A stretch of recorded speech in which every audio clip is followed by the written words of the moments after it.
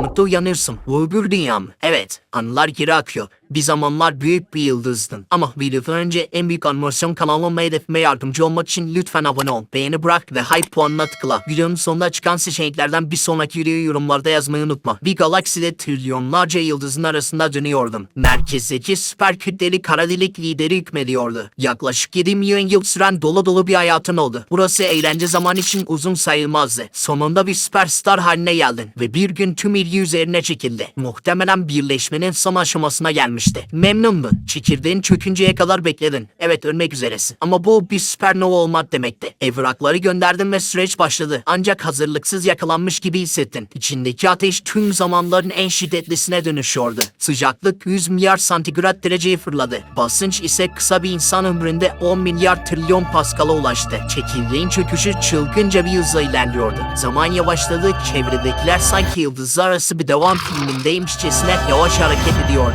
Ya da bir fil ailesini hep bir arabaya sıkıştırmaya çalışıyormuşsun gibi. Süpernova'ya gitme vakti henüz gelmemişti. Uyanıyorsun. Toplam kütlen Güneş'in 25 katından fazlaydı. Tebrikler. Kara delik olarak yeniden doğdun. Sonsuza dek lanetli kulübe hoş geldin diyebilirdin. Aynaya baktığında ne gördün? 24 saat önce Keanu Reeves gibi yaşlanan ama güçlü bir yıldızdın. Şimdi ise kaçış yok. Görünür bir şeklin yok. Aslında evrenin ortasındaki ateşsiz Sauron gözü gibisin. İşlevsiz değil, sen de yalnızsın. Bir orduya ihtiyacım vardı. Ama ne yazık ki seni besleyecek tek şey yıldızlar arası toz ve gazdı. Küçük bir sorunun var. Diğer kara deliklerden bile daha küçüksün. Hayatın boyunca onlarla dalga geçtin. Şimdi ölü yıldızlardan gelen besin peşindesin. Garip bir zombi ahiret kombini misali. Neyse bak, bir zamanlar muazzam bir süper devdin. Şimdi ise kozmik tavşan misali tehditkarsın. Diyelim ki bir tavşan kütlesi 20 milyon milyar kilogramdı. İnanılmaz derecede yoğunsun. Güneşin 10 katı kütleye sahiptin. Ama bir şeyden daha küçük bir alana sığdın. Yer çekimin o kadar güçlü ki ışık senden kaçamaz. Neyse ki kara delik olarak yıldızları göremiyorsun. Ama bekle, fark ettin. Yakınlarda yalnız bir yıldız dolaşıyordu. Oldukça lezzetli görünmeye başladı. Zombi miyim diye düşündün. Onu nasıl yiyeceğini hayal etmeye başladın. Ah evet, müdahil düşünceler aklıma gelip seni ele geçirdi. Belki de o yıldız sana yardım edebilirdi. Bu yüzden yanına gelmeye karar verdin. Ama o seni göremiyor, uzayın karanlığında el sallayan bir arka plandan başka bir şey himaye etmiyordu. Orada kim var diye sordu. Sen süper kırmızı dev, giga yıldızın ta kendisisin. Yıldız, katmanlarını aniden sana doğru esnetmeye başladı. Yaklaştıkça etrafında gaz ve tozla oluşan bir disk belirdi. Girdap gibi dönüyordu. Çok hızlıydı. Şanssız yıldızın gövdesi o yeni yığılma diski içinde spagetti misali sana doğru kıvrıldı. Isınırken milyonlarca dereceye ulaştı. Neredeyse yemeğini pişirircesine. Fırın bir güneş sistemi büyüklüğündeydi. Bu süreçte açığa çıkan enerji akıl almazdı. X ışınlarında güneşten 10.000 kat daha parlaktın. Diskin manyetik alanları büyüdükçe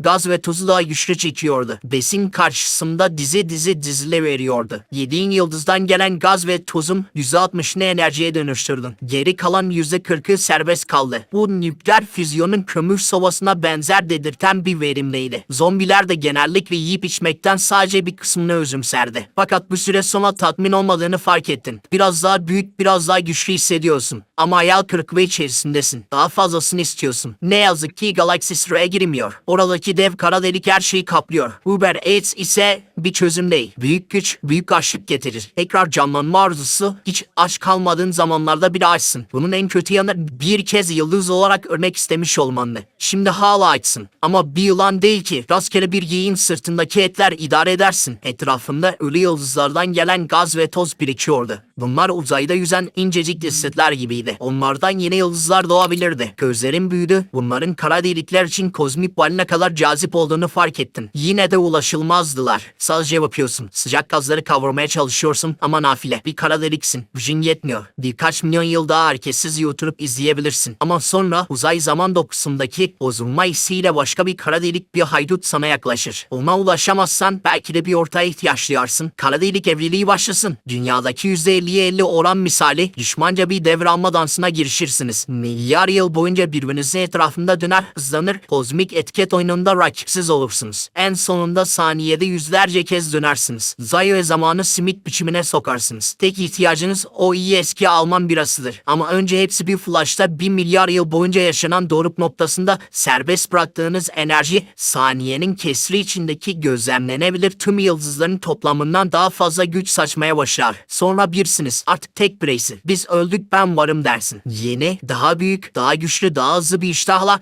evet ulaşılmaz yıldızlar arası gaz. Kütlen 2 katına çıktığı için sana sarmal biçimde saldırır. Yer çekimin 2 kat güçlenmiştir. Böylece yeni dev bir yığılma diski kurarsın. Ziyafet sırasında kozmik büfeden sesler duymaya başlarsın. Etrafındaki gaz üzgün görünür. Sonra anlarsın. Onlar binlerce yeni yıldız yaratma hayalleri kuruyormuş. Durdurmak senin için açık seçik imkansızdır. Bu hayalleri paramparça edersin. Tıpkı Hulk'un ezdiği bir bakteri gibi. Kavuna dökülür ağlarsın. Eskiden olduğun şeyi hatırlayıp iraden dışında yemeye devam edersin. Durmak isterken yapamazsın. Sadece bir arkadaş arıyorsun. Galaksinin etrafında süzülürken aslında herkesi öldürüp yiyorsun. Yemek ve ağlamak. Beraber bir döngü. Bir süre sonra yine açsın. Tekrar gazların tadına bakarsın. Çünkü şimdi bir ara kütle kara deliksin. Kozmik bir tatlı noktalısın. Eskiden hafifken şimdi galaksilerin merkezindeki süper kütleli devler kadar etkilisin. Kara delik ailesinin orta çocuğusun. Güneşin kütlesinin 100 ila 100 bin katının arasında kütlen büyüyor. 10 yaşında başladın, büyüdün. Galaksi fark etmeye başladı. Etrafını şekillendiriyorsun. Yer çekimin yıldızları içine çekiyor. Galaktik koridorda yürürken küresel bir küme görüyorsun. Kozmik bir disko topu. Belki de en pahalı sardalyaların dansı. Yüz binlerce yıldız sıkınca bir araba. Bir katil banla gibi sana doğru geliyor. Tek tek yutarken kütlelerin %40'ı sana eklenir. %60'ı ise insanlara, keçilere gösterilen ışık gösterileri olarak serbest kalır. Ama bekle, sen sadece tüketip büyüyorsun. Aynı zamanda yeniden şekillendiriyorsun. Artık küresel dönen siyah bir topsun. Birkaç milyon yıl daha uzayda hareket ettikçe çevrendeki gaz sıkışır. Belki biraz depresyona girer, yeni yıldızlar için ideal koşullar yaratırsın. Temelde kendi kendini idame ettiren bir yıldız olursun. Elbette birçok yıldız yedin. Ama aynı zamanda yeni doğacak yıldızları da o birleşenlerden yarattım. Yaşam döngüsünü biliyorsun. Şimdi Aslan Kralı düşünüyorsun. Disney yine kazanıyor. O turda sürekli açsındır. Ne kadar çok yersen o kadar çok yemek istersin. Hepsi biraz tekrarlayıcıdır. Herhangi bir arkadaşın varsa bile her defasında yiyorsun. Sadece uyumak istiyorsun. Yıldız olmayı hayal edersen yemek istersin. Kendine benzeyenleri yok eder. Sonra yemek ve yine yemek. Sonunda küçük kara delik kalabalığıyla takılacak kadar büyük değilsindir. Seni sevmezler. Süper büyük disk kulübüne katılacak kadar da büyük değilsin. Etrafında oturursun ve birkaç 100 milyon yıl daha böyle geçer. Artık merak edersin. Zirveye ulaştın mı? Ancak hiçbir şey seni bir daha uyaramaz. Galaksi sadece senin etrafında var olur. Hiçbir şey seni zorlamaz. Üzücü bir gerçek. İşler daha da kötüye gidecek. Vay ufuktaki o adam kim? Başka bir galaksi. İki galaksi çarpışmak üzere ve sen de o yolculuktasın. Yerçekimi kuvvetleri yıldızlar arası bir gazı bir evren partisindeki çöp gibi savuruyor. Ne yazık ki sen yapıştırıcısın. Galaktik merkezler kendi kütle çekimsel danslarını başlatır. Seni kaosa sürükler.